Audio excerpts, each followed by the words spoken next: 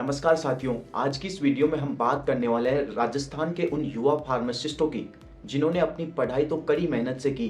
4 साल की bachelor of pharmacy degree को कोविड-19 के कारण लगभग 5 से साढ़े 5 साल में पूरी की। वहीं डिप्लोमा के विद्यार्थियों ने 2 साल की डिग्री को 2.5 से 3 साल में पूरा किया। दिन रात कड़ी मेहनत करके ये सपने सजाए हुए थे कि एक दिन आएगा और वह फार्मासिस्ट बनेंगे और इस हेल्थ सेक्टर में एक महत्वपूर्ण भूमिका निभाएंगे फार्मासिस्ट के तौर पर।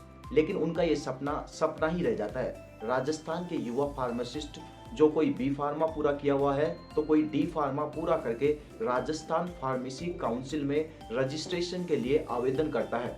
लेकिन राजस्थान फार्मेसी काउंसिल में पिछले 6 महीने से नए रजिस्ट्रेशन नहीं हो रहे, जिससे युवा फार्मासिस्टों को रजिस्ट्रेशन करवाने में काफ़ी दिक्कतें आ रही है या फिर रजिस्ट्रेशन हो रही नहीं है। अब फार्मासिस्ट बनने के लिए या फार्मासिस्ट की किसी भी वैकेंसी में अप्लाई करने के लिए स्टेट काउंसिल का रजिस्ट्रेशन होना अनिवार्य है। यानी राजस्थान में राजस्थान फार्मेसी काउंसिल में रजिस्ट्रेशन होना अनिवार्य है। इस रजिस्ट्रेशन के बिना फार्मासिस्ट ना तो किसी अस्पताल में या ना किसी मेडिकल स्टोर पर काम कर सकता है, ना ही कोई ड्रग स्टोर खोल सकता है। इसके साथ ही ना ही किसी वैकेंसी में फॉर्म भर सकता है। यानी उनकी ये डिग्रियां महज कोरा कागज रह गई है। वहीं घर वालों का अलग से प्रेशर है उनके दिमाग पर, क्योंकि 4 साल की कड़ी मेहनत के बाद घर वालों को और उन खुद को भी लगता था कि वह अपने परिवार के लिए और अपने लिए कुछ कर पाएंगे। लेकिन अफसोस ये है कि इन नेताओं और आरपीसी के भ्रष्ट अधिकारियों की वजह से आज इन छात्रों का भविष्य अंधकार में है, या फिर यूं कहें कि अंधकार में जाता हुआ दिख रहा है। क्योंकि अब से पहले राजस्थान फार्मेसी काउंसिल में रजिस्ट्रेशन मात्र 20 दिन में हो जाता था, लेकिन न जाने ऐसी कौन सी परिस्थितियां हैं कि राजस्थान फार्मेसी काउंसिल में अब रजिस्ट्रेशन पिछले 6 महीने से नहीं हो पा रहा है।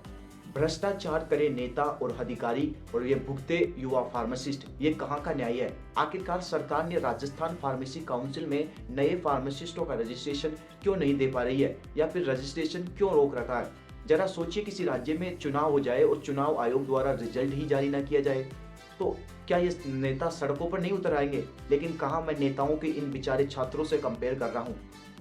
ये छात्र दर दर भटकते हुए कभी किसी अधिकारी के पास तो कभी किसी नेताओं के पास जाते हैं, लेकिन इनकी सुनने वाला कोई नहीं है। लेकिन यदि आप अब भी एक फार्मासिस्ट है और रजिस्ट्रेशन के लिए अप्लाई किए हैं तो आप नीचे दिए गए व्हाट्सएप चैनल के लिंक से व्हाट्सएप ग्रुप पर जुड़िए, जिससे हम युवा फार्मासिस्ट मिलकर एक रणनीति बना सके कि आखिरकार कैसे नए फार्मासिस्टों का रजिस्ट्रेशन हो सकेगा और आगे के लिए हमें क्या करना पड़ेगा। क्योंकि इन नेताओं और अधिकारियों को शायद जब तक सड़कों पर कोई छात्र ना उतरे तब तक इनको सुनाई नहीं देता। मैं माननीय मुख्यमंत्री जी से भी निवेदन करूंगा कि इस मामले में जल्द से जल्द संज्ञान ले और इन युवा फार्मासिस्टों का रजिस्ट्रेशन करवाने की कृपा करें। मिलते हैं अगली वीडियो में। धन्यवाद।